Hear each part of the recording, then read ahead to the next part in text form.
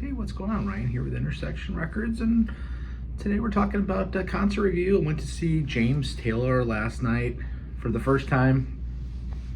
Actually saw him about 20 years ago at the Cotton Bowl in Dallas at Eric Clapton's Crossroads Guitar Festival, where he only did like 3 songs and had Booker T and the MGs as a backing band, and Joe Walsh came out. So I've seen him kind of do some guitar work before, but not a full show where you can appreciate what he's great at, which is singing great songs to people that love his music. And last night was just a beautiful amphitheater evening, perfect weather as the sun went down. And James Taylor is somebody I've known my whole life. Riding in the car, you hear these songs, and when you're a kid, and they're ingrained in your musical DNA. Songs like Fire and Rain and You've Got a Friend. And as you get older, you listen to this music in your car, if you will, or whatever. You don't turn it off because you love it, but it's something that you have your own relationship with these songs. And to sit there with 12 or 13,000 people on a lawn on a beautiful night and to hear these songs that are so personal to you in front of other people, it's almost so mellow, it's almost awkward in a sense. And I was thinking about my review this morning, and what I was going to say about this concert, because I've never really been to a concert where there were so many mellow moments amongst so many people. And I found a quote from another review that I want to read by Leslie Dynaberg. She said, "It's like having dinner with an old friend. Catching up can be awkward because neither of you are as young as you used to be, and it can be jarring to see those changes hit you all at once, rather than gradually as they do with people that you see all the time. But soon you're back laughing and smiling the way that you used to do." And I think that's a really good way that Leslie, again, Dynaberg, put it. You're seeing this guy that's been ingrained in your DNA, and he's 76, and there's a little bit of weakness in the vocal, so it's jarring to hear him in the flesh. Yet as the night works on, the vocals strengthen. He's got a charm and a wit, and he's self-deprecating, and a great sense of humor. He's telling stories. The show opens up with Something in the Way She Moves, and I never realized that he signed to Apple Records, which was Paul McCartney and the Beatles record company, and did an audition in front of George Harrison and Paul McCartney and sings Something in the Way She Moves. And then to find that George Harrison used that opening line for his beautiful song about his wife, Pattie Boyd, Something, a couple years later on an album. And to think that James Taylor recorded that song in 1968 and Abbey Road came out in 69. He then does Buddy Holly every day. He played in the first set some deeper tracks that I didn't know, but it was nice to hear songs like October Road off that 2002 album title track, and Secrets of Life off of the 77 album JT.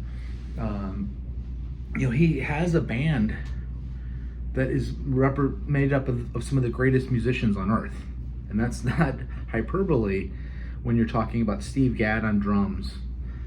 Think of the song Asia off the 1977 Steely Dan album Asia, where he does that drum interlude. Think of 50 Ways to Leave Your Lover by Paul Simon and the great drumming there. Think of the song Night Sprite, and look up Night Sprite, like the drink, Sprite, off of Leprechaun, The Leprechaun by Chick Corea. Check that song out, Night Sprite, off Leprechaun by Chick Corea. He's got the great drummer, Steve Gadd, who on my ranking show, I think I put 2 in the top 50 ranking of all-time drummers. Jimmy Johnson on bass, who's played with Alan Holdsworth, who's also the musical director. Larry Goldrings on piano, who's played with John Scofield and Jack DeJohnette. Lou Marini from Blood, Sweat, and Tears in the early 70s, and was in the first Saturday Night Live band, was in the Blues Brothers movie. He's Blue Lou in the Blues Brothers movie. on tenor saxophone and flute. Michael Landau, who's played with Michael Jackson and Pink Floyd and Joni Mitchell on guitar. You know, again, the music's mellow. He's got this band that is almost overkill for what he needs, but he wants to be surrounded by great musicians. You know, Louis Conti, you know, as he's introducing his bandmates, he's looking to say their names exactly right, where they're from. Louis Conti's from Santiago de Cuba, you know, and he's played with Pat Metheny and Santana and Rod Stewart. And Andrea Zahn, you know, is you know, from Urbana, Illinois, and has played with Alison Krauss. She met Alison Krauss when she was 10 and Alison was 8, and she sings and plays violin. Dorian Holley was backup singer who played on the Michael Jackson tours in the 80s. Anyway, it was fantastic. The band he has, songs like Copper Line, you know, off his 1991 album New Moonshine. You know, reading some of the bio, James was born in Massachusetts, Boston, in 1948.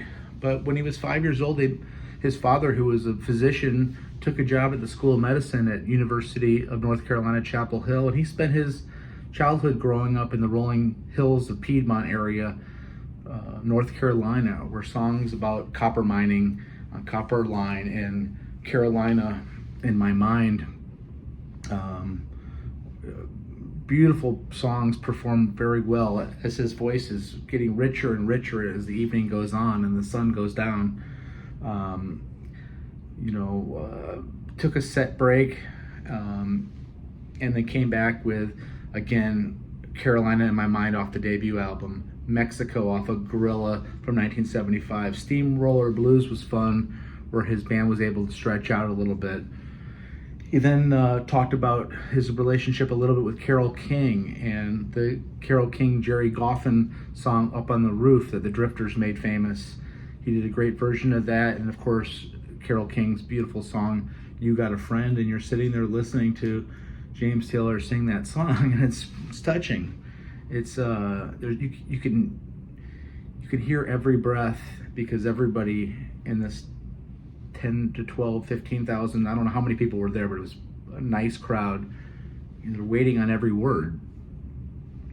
And you know, you can tell the fans have seen him before, and they're super fans, and they're hanging on every word. There was lots of women, lots of beautiful women out last night, enjoying James Taylor's music. Anyway, you know all the hits. Your Smiling Face, it was part of the encore. I'm not going to go through song by song. It was a great night.